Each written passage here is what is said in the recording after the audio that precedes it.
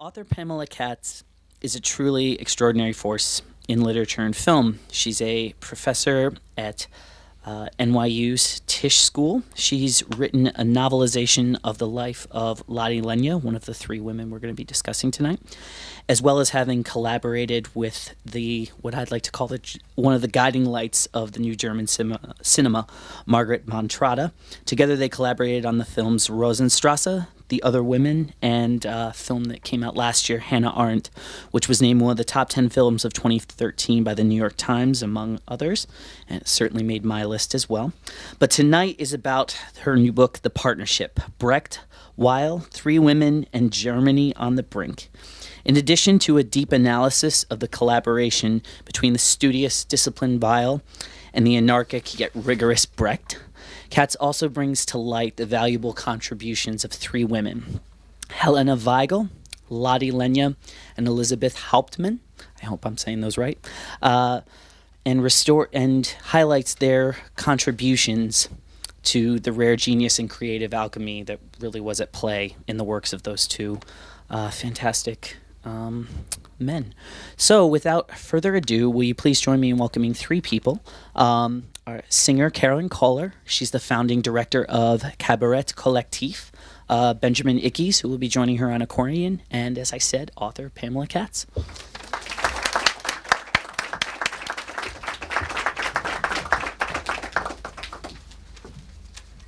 Okay.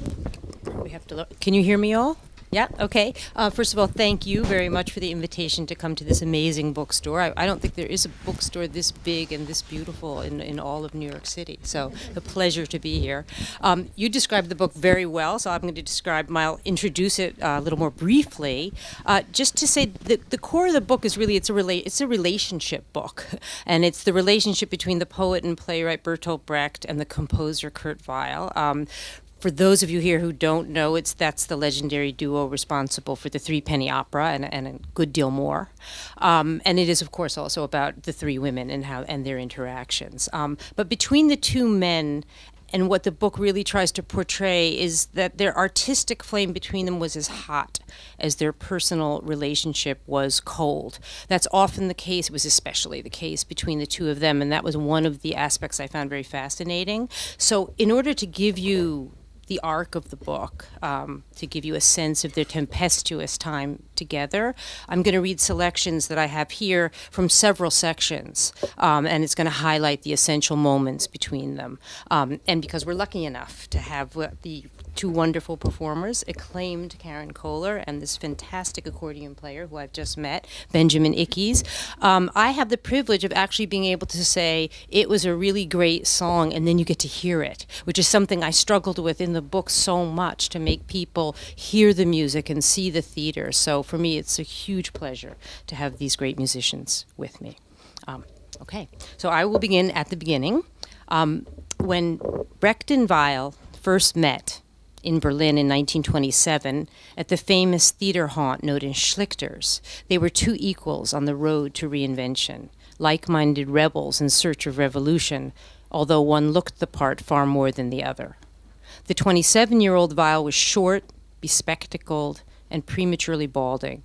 He looked like a professor of rebellion rather than a rebel.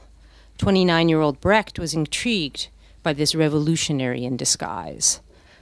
But Weill hardly considered his comfortable, well-pressed clothes to be a disguise. It was Brecht's uniform of the working class that the composer would regard as a kind of costume. But if Brecht dressed that way to indicate his solidarity with the people, or if he charmed women with his proletarian image, that was of no consequence for Weill.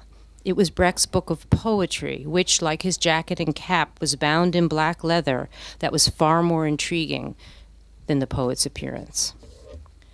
Weill's large and Brecht's small, deep-set eyes met in celebration of the spark between them.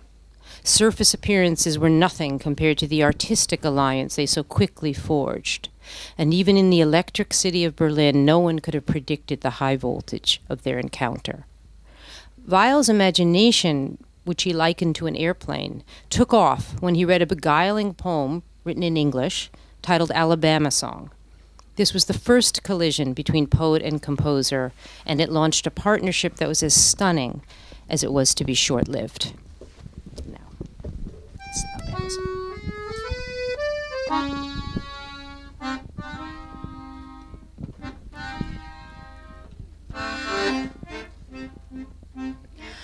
Oh, show us the way to the next whiskey bar.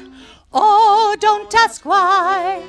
Oh, don't ask why. For we must find the next whiskey bar. For if we don't find the next whiskey bar, I tell you we must die. I tell you we must die. I tell you, I tell you, I tell you we must die. Oh, moon of Alabama, we now must say goodbye. We've lost our good old mama and must have whiskey, oh, you know why. Oh, moon of Alabama, we now must say goodbye. We've lost our good old mama and must have whiskey, oh, you know why. Oh, show us the way to the next little dollar. Oh, don't ask why. Oh, don't ask why. For we must find the next little dollar. For if we don't find the next little dollar, I tell you we must die. I tell you we must die. I tell you, I tell you, I tell you we must die. Oh, moon of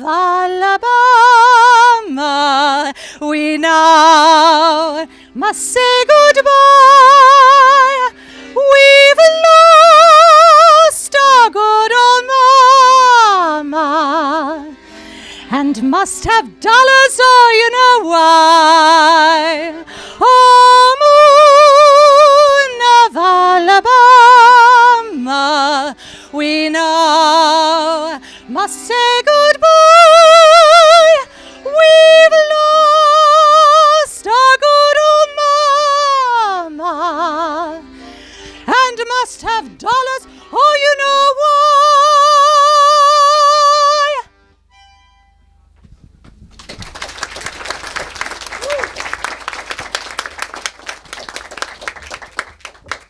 That was great. Imagine this was 1927, and at that time, if you were a really good musician, you were composing a lot of atonal music. So you can imagine how this sounded then. And in fact, the Alabama song was part of a short opera the two artists presented at a very highbrow music festival. And although Brecht failed in his attempt to bring the actresses on stage completely naked, which is what he wanted to do, nudity would not have been more astounding to this audience than the sound of an actual melody. A real, unmistakable tune, as Lenya exclaimed. But shocking the elite patrons of modern atonal music, shocking a small group of snobs, was just a beginning for these two. A year later, just 1 year later, in 1928, they created a work that transformed musical theater forever. It was called the Threepenny Opera, and it also introduced the century's most memorable anti-hero, Macheath, known to many of you as Mack the Knife. Today, it's hard to believe that right up until opening night, most people thought the show would be the flop of the century. Artists, critics, writers, and gossips at every cafe table and theater in Berlin eagerly discussed tales of the exuberant and increasingly combative rehearsals. People came out with horror stories of shouting matches and hysterics. Late-night cuts to the overly long play led to actors resigning. And on the morning of opening night, one of the leading men was actually pulled off a departing train by the play's producers. Most of the people who did come to opening night were ones who savored the atmosphere of doom. Indeed, it took a while before the audience could understand what kind of play they were watching. The producer suffered through the first two scenes and was sure it was all over until the cannon song exploded on the stage. He couldn't believe his eyes and ears when the once silent and brooding audience suddenly started clapping, shouting, and demanding an encore. From this moment on, the producer remembered every sentence and note was a success. The next song we'll hear is a great example of the style that Brecht and Weill invented together. The cheerful and even romantic rhythms contrast with the unromantic text. And just as the Mack diva in Alabama song searches for whiskey instead of love in Mahagoni, so this song that we're about to hear lampoons the stereotype of the naive Polly Peachum, one of the heroines in the Threepenny Opera. The Barbara song, as it's called, is sung by the beautiful and young Polly Peachum in order to explain to her parents why she's fallen in love with the scoundrel McKeith. As the music mirrors the journey from innocence to sinful lust, the song travels smoothly, melodically, and thus unpredictably towards Polly's cynical rejection of an ingenue's pretensions of purity.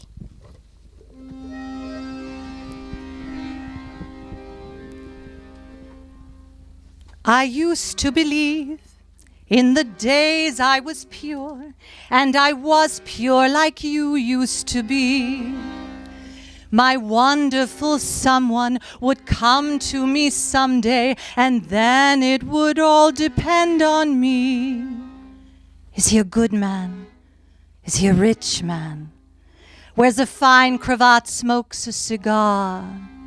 And if he's gallant and treats me like a lady, then I should tell him no.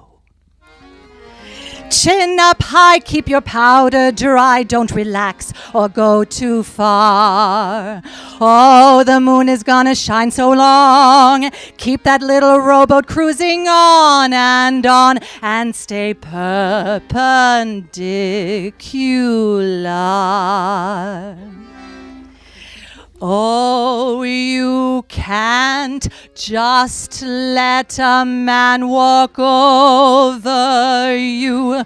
Cold and dignified is what you are. Oh, a whole lot of things might happen. So firmly say, but sweetly, sorry.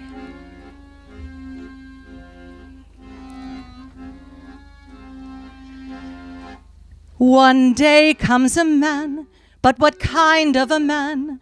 Do you know why he does what he does? He walked into my room and he hung up his hat, and I just didn't know where I was. He was a lean man.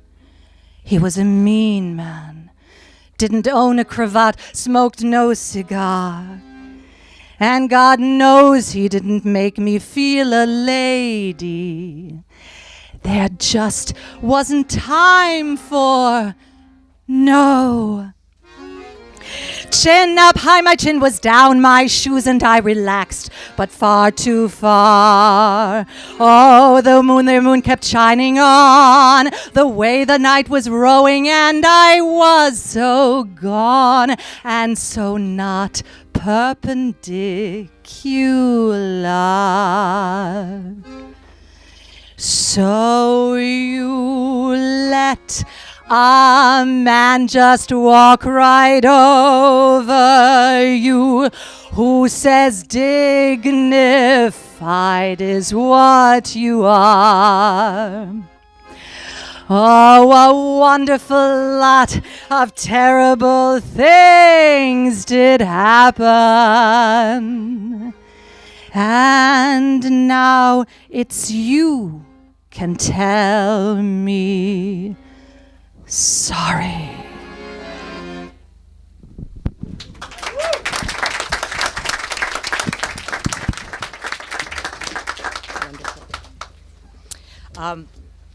That's a very Brechtian song.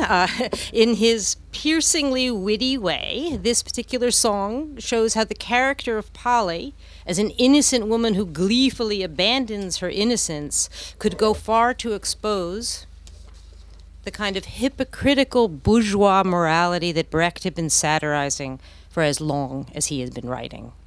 This parody of purity is but one example of the ways in which the Threepenny Opera offered a dark vision in a witty and pleasant play.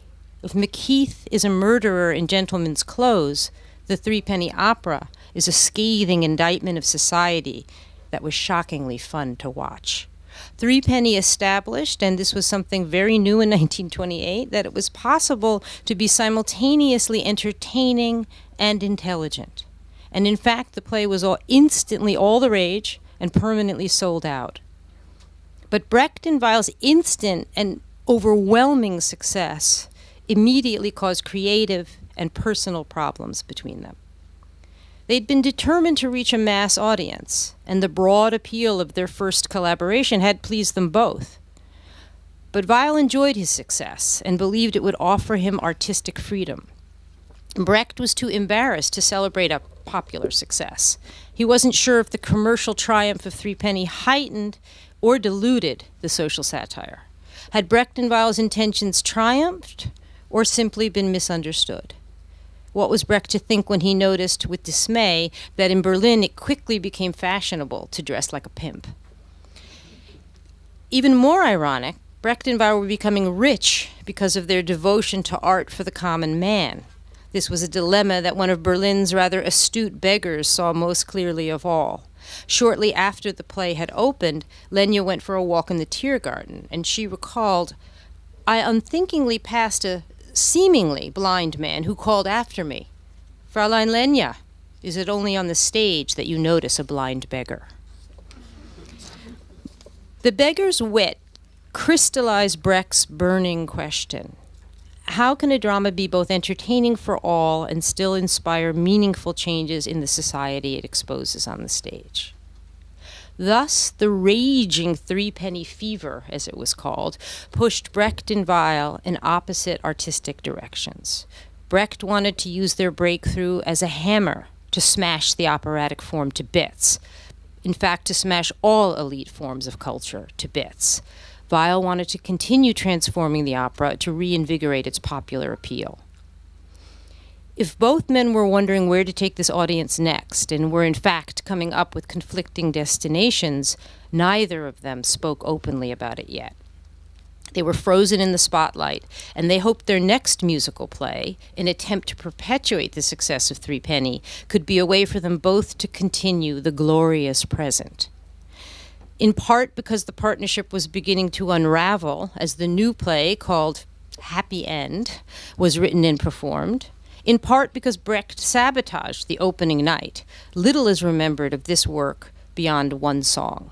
It is a young girl's tragic tale of lost innocence, but for a long time afterwards, the theme of betrayal also invoked the memory of Brecht's destruction of the show he created with his partner, an act the increasingly political poet deemed necessary in order to prevent him again from suffering the embarrassment of success with which Threepenny had burdened him.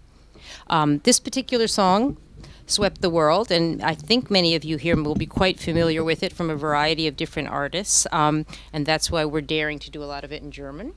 And it's called Surabaya Johnny.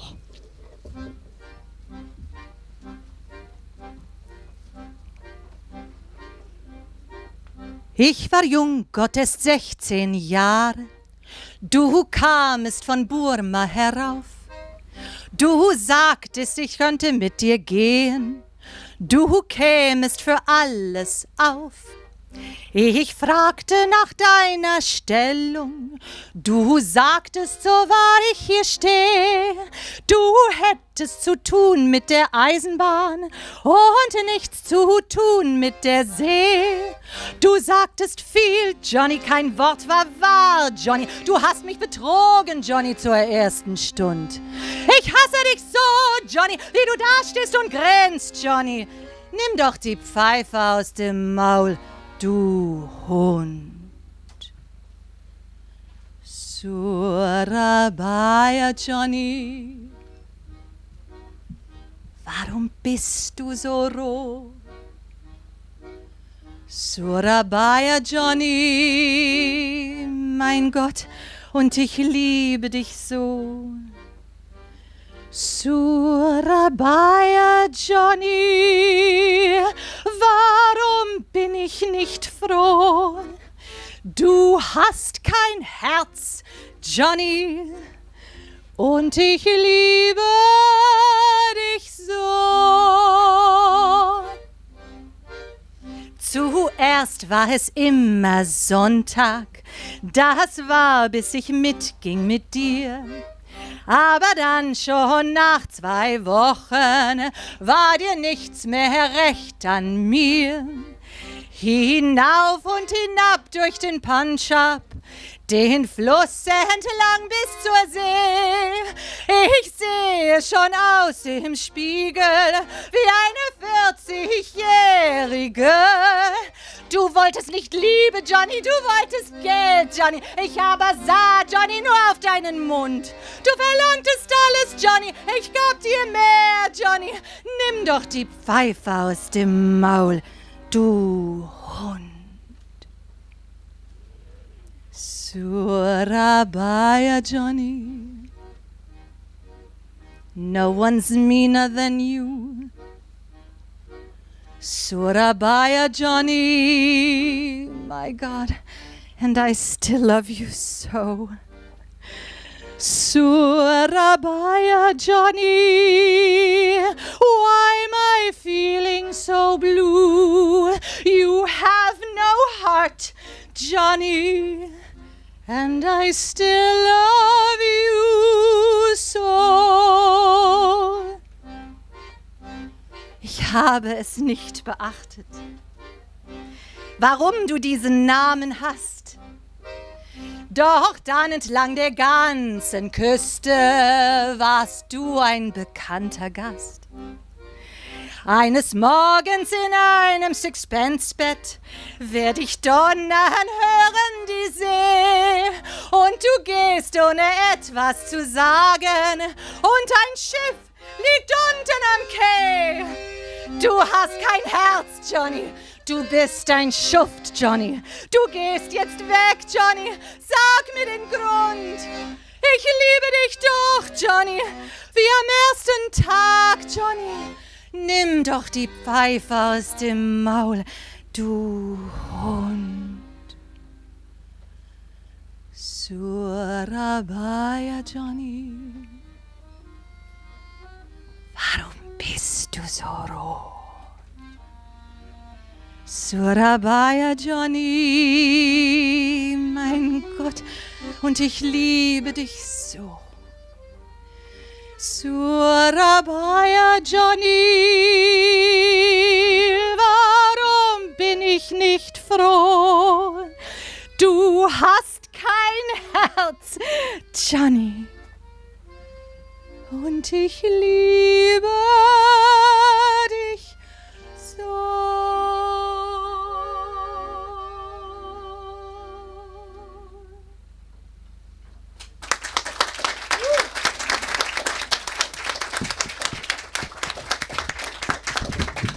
That's one of my favorites. Well, it's hard to imagine that a play that just had this song in it could be a flop, but Brecht managed to pull that off. And the play's catastrophic opening further aggravated, naturally, the growing tensions between Brecht and Weill. A month later, the stock market crashed. It was 1929. And as the world around them was heading for darkness, so was their peaceful coexistence. They had to rush, and rush they did, as if they knew what was coming from within and from without. Weill knew his partner was the best playwright and poet in the country, as long as he could control him. Brecht knew that Weill was the best composer he'd ever known. But as a man who was highly attuned to professional domination, the playwright already knew he couldn't control his partner for much longer. Given the time and place, it was not only the magnetic pull of each other's gifts, nor the ferocity of their mutual goals, keeping Brecht and Weill together. It was the opposition from the outside world that made their collaboration necessary to them both. The simmering competition between these two very different and strong-willed men was as of that moment, still insignificant compared to the political, social, and cultural forces that they were both determined to fight. Even if the issue of creative control was seeping into their partnership, this was still far less toxic than the poisonous undercurrents plaguing Germany. Their next major collaboration fulfilled the promise of Brecht and Weill's very first inspiration, a full-length version of their short opera, which came to be titled Rise and Fall of the City of Mahagoni. Because it was the realization of the composer's dreams of what a modern opera could be, and because Brecht still equated opera with old-fashioned and undemocratic ideals, the work which had first brought them together would be the one to destroy what was left of their partnership. Mahagoni premiered in 1930, and the Nazis, actually the brown shirts, caused a riot in the house. And as the opera's scathing critique of bourgeois society, and by extension human nature, came to a climax, the entire audience was infected by its message of despair. The audience screamed and roared their protest. There was hand-to-hand fighting, hissing, and yes, even some enthusiastic applause. Artistic battles were ones that Brecht and Weill enjoyed and could usually win. But it was the insidious hatred, not just of the creation, but of the men themselves, Brecht as a communist and Weill as a Jew, that cut deep. This was an irrational battle and one that could not be won. And because Brecht and Weill were ultimately unable to reconcile how their work should battle the increasingly dangerous outside opposition, the conservatives, the censors, and of course the Nazis, the fragile balance of their creative partnership was shattered. With or without the end of the world as they knew it, artistic agreement had become impossible, and on a personal level, they couldn't stand each other anymore. After the explosive rehearsals for the Berlin performance of The Rise and Fall of the City of Mahagoni, they would never work together in Germany again. In 1933, after Hitler was elected and the Reichstag burnt to the ground, Brecht and Weill went into exile. The Jewish composer fled to France, Brecht to Switzerland. Because their fame was inextricably linked to each other and both needed to work more desperately than ever, they collaborated in Paris a few months later on a show called The Seven Deadly Sins, but they could barely tolerate 10 days they spent in the same room. Weill even declared that Brecht was, as he wrote, one of the most repulsive, unpleasant fellows running around on this earth. So not even exile could reignite their partnership. They shook hands, still using the formal pronoun Sie that had persisted during their worst fights and most intimate creative moments. They were foreigners in France and would be foreigners in many other countries. Saying goodbye on the streets of Paris with their futures equally uncertain, they were suddenly more like each other than different. When their eyes met one last time, Brecht's impish smile briefly ignited Weill's boyish grin. They were too smart not to know what they were losing, and once again too much alike to be the one to speak this truth aloud. The poet and composer agreed, as they had so rarely agreed of late, that silence offered the most eloquent farewell of all. But they also knew that regardless of how monumental their separate accomplishments in the future might be, it would never be more original or more inspiring than that afternoon at Schlichter's, or those chaotic, impassioned, unruly rehearsals for the Threepenny Opera. The shark bit both of them with his teeth, dear. And Brecht and Weill and audiences all over the world were changed forever. The final song, if you haven't guessed it, we'll hear tonight, is one of the most famous and most popular songs ever written. It demonstrates not only the enduring power of their partnership, but it's also proof that, and this is just the words of Kurt Weill here, he put it best. He said, there's no such thing as high music and low music. There's only good and bad. And as you can read in the book, this song, this fantastic song, was written in less than 24 hours and under circumstances as humorous, as wicked, and as original as Mack the Knife himself.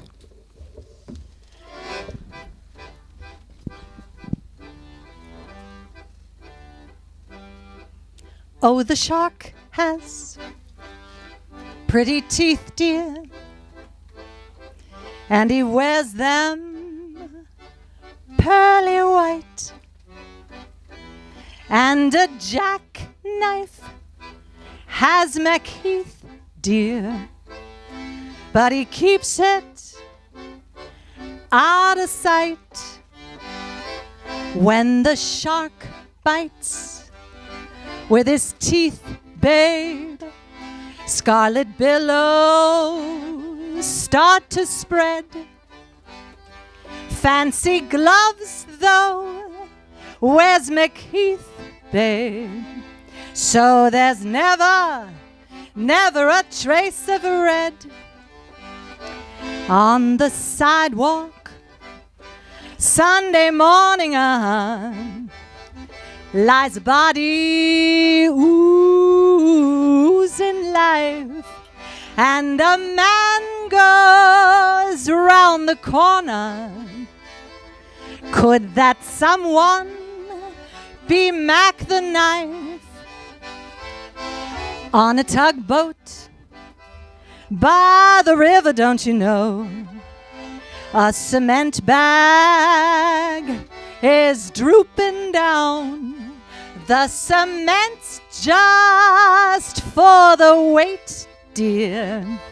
Now that Mack is back in town. Louis Miller disappeared, dear, after drawing out all his hard-earned cash. And Macheath spends like a sailor. Has our boy done something rash? Suki Tawdry, Jenny Diver, Lotte, Lenya, and Miss Lucy Brown. Oh, the line forms on the right, dear, now that Mack is back in town. Yes, the line forms on the right, dear, now that Mackie's he's back in town.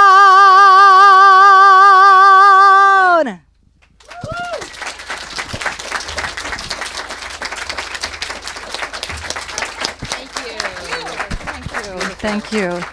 I've read this amazing book, and I'm so happy to be here as a singer with an author. It's a pleasure, been a pleasure. And thank you for allowing us to take a song that has morphed into so many things almost unrecognizable and lovely and fun, and bring it back to something of its origin. I think we're onto something new. Thank you. Thank you both.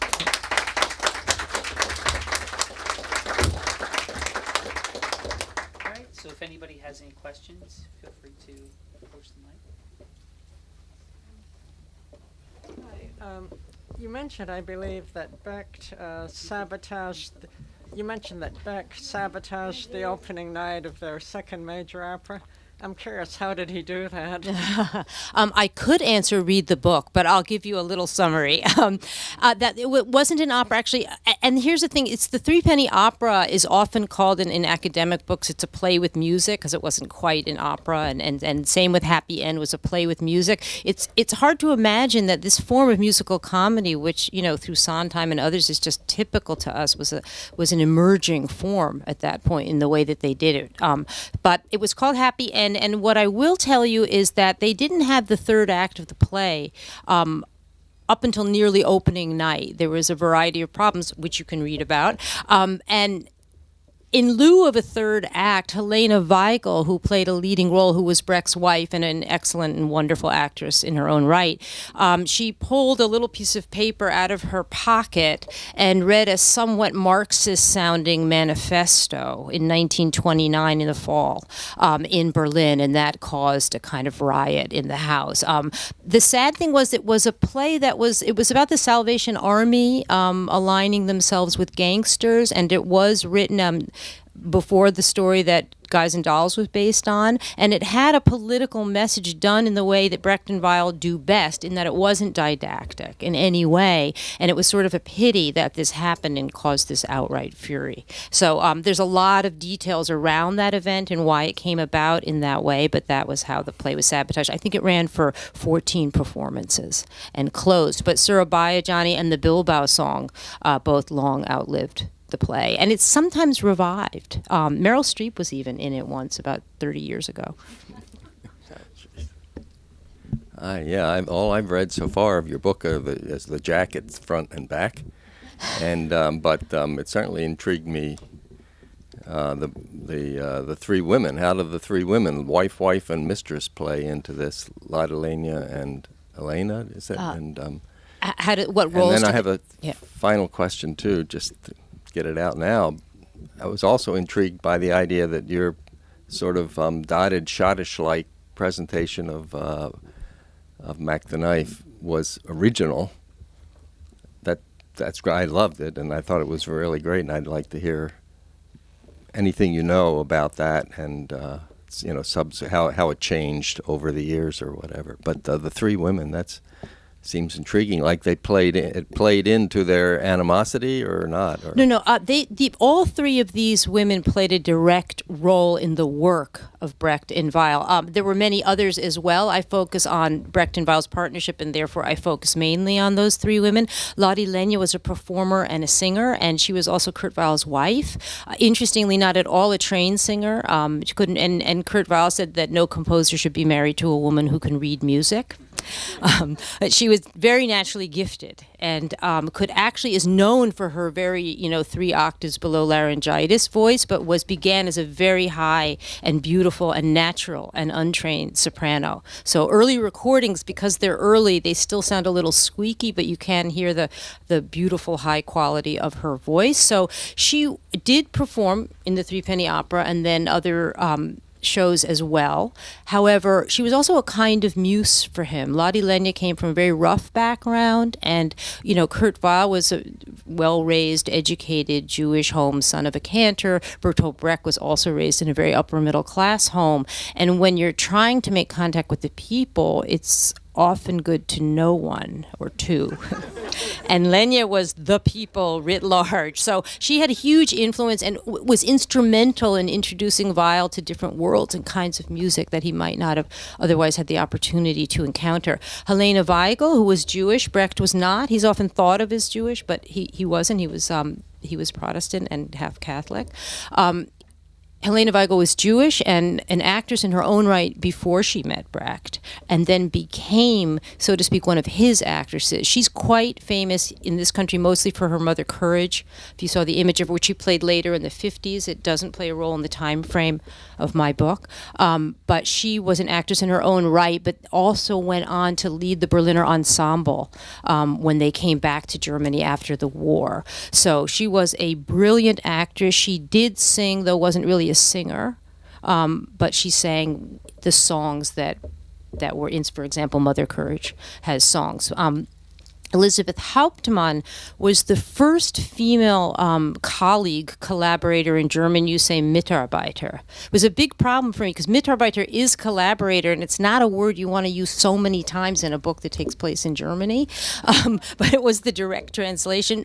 She met him in the early 20s. She was half American and spoke English. As another tantalizing clue, although the book of poems that included the Alabama song was published originally under Brecht's name, she wrote the lyrics for the Alabama song, which was their first and most famous song that they wrote when they came together. She discovered the Threepenny Opera. It was based on the Beggar's Opera, which was a British play that was already 100 plus years old. And she translated it into German and said, "Here, Brecht, I think you'll like this." And she was that instrumental in many of the works that they did together. There were other women after her who were equally as instrumental, but just to say right here and now, there's been books written about the fact that Brecht didn't write anything or only wrote 10%, and all these women that he tortured wrote everything for him. That's not true. He worked with a group of collaborators, very devoted to him, but without his genius, in my opinion, the circle didn't work, and without the genius of his Mitarbeiters like Elizabeth Hauptmann, it also wouldn't have worked. It's still controversial territory until today, interestingly. So that's the women. Well, we can talk more at length after, but what I meant to say is just that Mack the Knife, I always learned, is the most often translated song also of all time, and we know we play it in various incarnations. In the original Threepenny Opera, it was actually accompanied by a grinder organ, so this instrument sounds more like that than all the modern pop, jazz era orchestras and bands that, Sinatra and Bobby Darin and Ella Fitzgerald then used. And the modulations, they modulated because it's every verse is in the same key. I guess people got tired, so they started changing keys. Well, we just sang that in the same original key. So, but I'd be happy to talk to you more about the music afterwards. Oh, by the way, they forgot to turn that machine on opening night, so when the guy came out to play the song, and it's the opening song of the play, no sound came out. I had a question for you about collaboration. I know that you've collaborated on several creative projects. I enjoy collaboration. I'm one of those people who hates being alone more than they hate writing. And obviously Brecht and Weill were collaborators, and I was wondering what you get out of collaboration, and what you kind of, if you had any new thoughts on it that came from working on this project, and if it changed at all, what it meant to you. Interesting question. Yes. I mean, to back up, the two of them collaborated in such different ways. Brecht could not work alone. He was like you. He could not work alone. He wanted to have the final word, and he was the dominant creative force within the circle. But they always said he worked in a collective that was a circle of which he was the center, and so he had to work with a lot of people. Kurt Weill liked to work together with writers. He was extremely involved in the dramatic structure of any musical show or opera that he worked on, but when he composed his music, he was alone. And that was a real difference between them. For myself, and it's something I do write about in the book a lot, and which I felt was very true of them, they came together kind of, in the wake of the abdication of the Kaiser. They came together to shatter hierarchy. They came together at a time when everybody wanted to erase class distinctions. So here you've got a composer, and he comes from a classical opera world, even if he's a modern composer. And usually the composer is king when it comes to opera. Then you get together with Bertolt Brecht, and he is king when it comes to words. But they were so idealistic that they believed they could, even within themselves, even though they were personally ill-disposed to this possibility, that they could shatter hierarchy amongst them, that they could shatter the most long-standing hierarchy in the artistic world, which is that between composer and librettist, or playwright and composer. And it was my sense that they couldn't. And if I came away with something for myself, I mean, I am a screenwriter, I work with the director. The hierarchy is clear. And what I realized for myself is that my most successful collaborations with directors, and you rightly call Margarethe is the guiding light of the German New Wave, and continues to make incredible films until today. I can only work with the director when I really believe that they are above me in the hierarchy, that I am in safe hands, that I know if I give them my script, it's going to get better.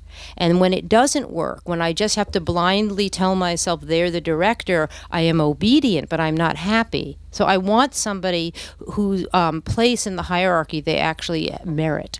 And that was something I think I'd kind of whispered to myself, but after writing the book, I really could pinpoint when I felt satisfied in a creative relationship and when I didn't. It was really that. It's not that I don't accept the position of the screenwriter, but I have to feel that way about the person that I'm working with. So.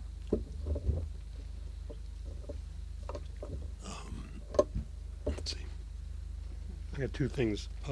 One is, did either Brecht or Weill have anything directly to do with the very successful off-Broadway production in the 1950s of the Threepenny Opera?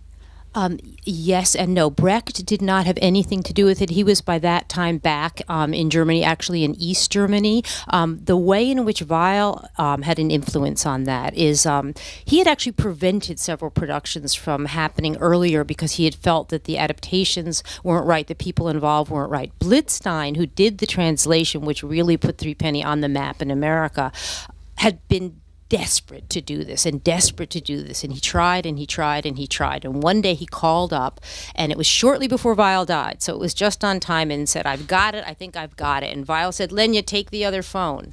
And Lenya picks up the phone, and Weill said, "Okay, sing it." And he sang one of his, one of the songs from the Threepenny Opera, and Weill said, "Okay, you got it, you nailed it." And they hung up the phone, and Blitzstein went off and finished his translation for the entire work. It was not performed until after Weill's death. Lenya was actually in it. She chose the two people, Capalbo, who were able to produce and direct the play, and many people wanted to do it once Blitzstein was finished. So Lenya was very much in charge of who actually got to produce and direct it, and had a lot of influence on the cast. She had to be convinced to be in it because she felt she was too old, but she was in the show for I think 2 years of its 6-year run, so she had a great deal to do with it. And the other thing is, again, about Threepenny, I assume there are several, I know there are at least 2 or 3 English language translations of it. Are you familiar with them, and which one would you prefer, and for what reason?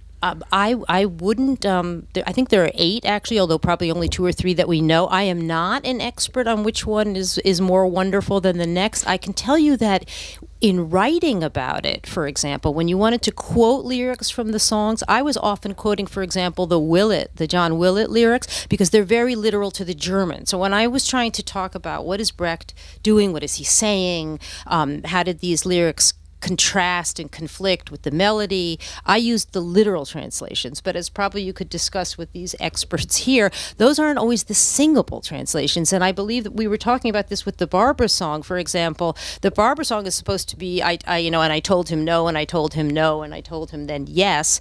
And here I think the Blitzstein is the sorry, right? So sorry, it doesn't sound very nice to me in terms of, or reading it on the page, but his lyrics sing better. And so translation is tricky that way. How do you translate the story? How do you translate lyrics so that they offer the meaning in the right way but are still singable? That's actually why I don't sing Surabaya in English, even though I could. Well, for example, because, the du Hund is you dog, which in German means the way we would say you rat. And you don't like saying, and I don't blame you, that the du Hund just works so much better. So That's about the lyrics, but about the text, the dialogue. Do you have a preference in about any of the translations? No, because I also didn't deal. So when I was trying to talk about these plays, I was actually reading them in German, and then I would have to use approved translations. But it was not. The book doesn't really talk about one translation over another. That's a very specialized field of expertise, and again, a literal translation is very useful for talking about the work in its original. It's not always the most useful for stage presentation.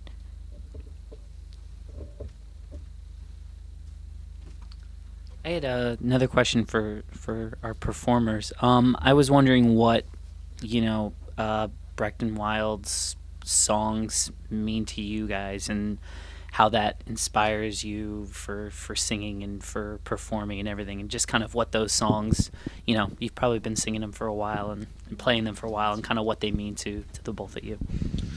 We were talking about this the other day, weren't we? About what is Brecht and Weill in modernity? Are we going to be like reenactors and do it the way it might have been heard in the 30s, or do something modern or something us?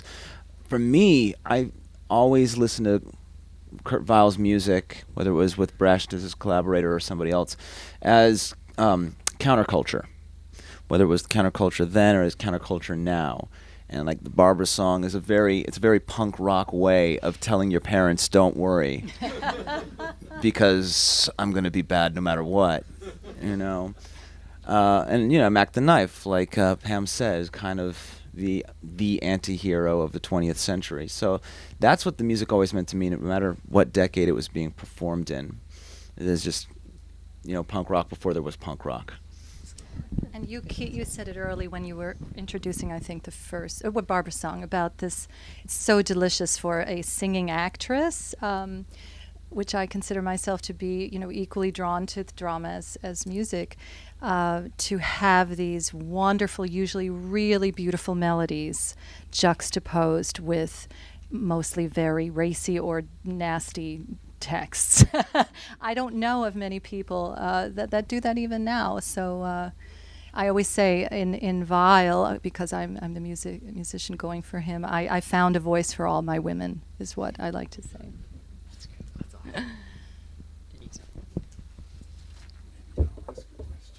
Awesome. I'm probably one of the few people old enough to have actually seen the original production at the Theater Talese on Christopher Street in New York City, because I was at NYU where you are. At the time, I could walk there a couple of blocks away. And I went as many times as I could afford. Unfortunately, I was a student and couldn't afford too many. But I did see it a number of times with Lotte Lenya. And it blew my mind then. It still continues to, because it was just so different from anything else. I had seen all the Broadway shows, but that was just in a class by itself. My question is, what role did jazz have in both Kurt Weill and Bertolt Brecht's life? Jazz had come into Berlin and Germany in the 20s, even a little before then. But you can see so much influence of jazz in the Threepenny Opera, especially. Yes, I so wish Kurt Weill. That's so wonderful that you saw that production. I'm always very envious of anybody who was sitting in that audience.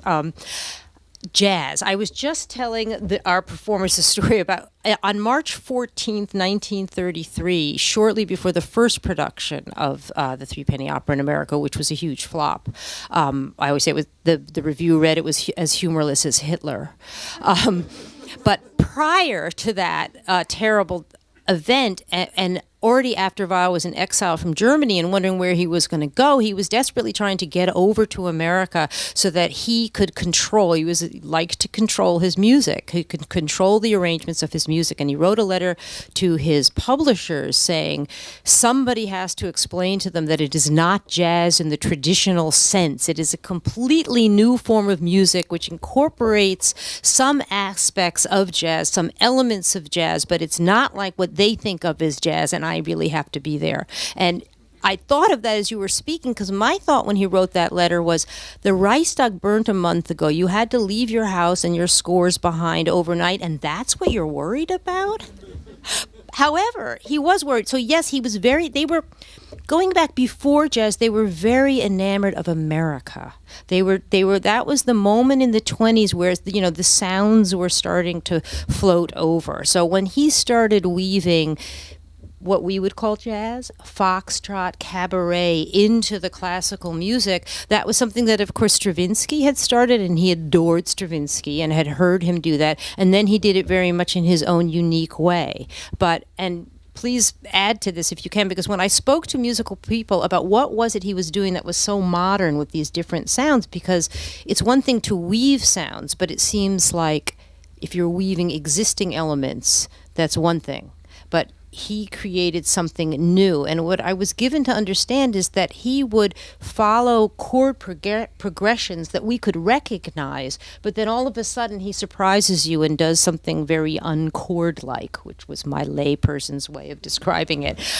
So jazz was a huge influence, but he never took something whole and placed it in or even braided it in as one thing. He really felt that what he was doing was something altogether new. But it was still very important. I hope that's a good answer. And you can probably musician. So Stravinsky had three phases. He had he started as a serial composer, and then he went into Russian ballet, and then he ended up neoclassicism. And Kurt Weill is just continuing the neoclassicism of Stravinsky, which is, like you said, recognizable chords, but maybe there's two or three of them stacked on top of each other, or recognizable melodies, but with a very chromatic, kind of late romantic, sophisticated treatment underneath. Very little to do with jazz. I think that at that time a lot of Europe was fascinated by jazz, but really didn't understand any of it yet. They hadn't gotten any jazz musicians yet. None of them had heard very much of it. And Stravinsky was no exception. Weill, I'm sure, was no exception. That they were fascinated by what was going on in Harlem and New Orleans and Chicago, but didn't really understand it yet. And a lot of people say that Europe doesn't really understand jazz now either. But But they sure do like it. yeah, I could see why it might be marketable at the time for Kurt Weill to say, yeah, it's okay to market it as a new kind of jazz, but don't treat it like jazz. But really, he was a neoclassicist. Okay, perfect answer. Yes. Yes, so influenced by, but not creator of.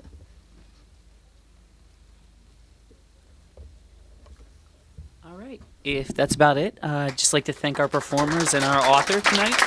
This Thank is a you. fantastic event.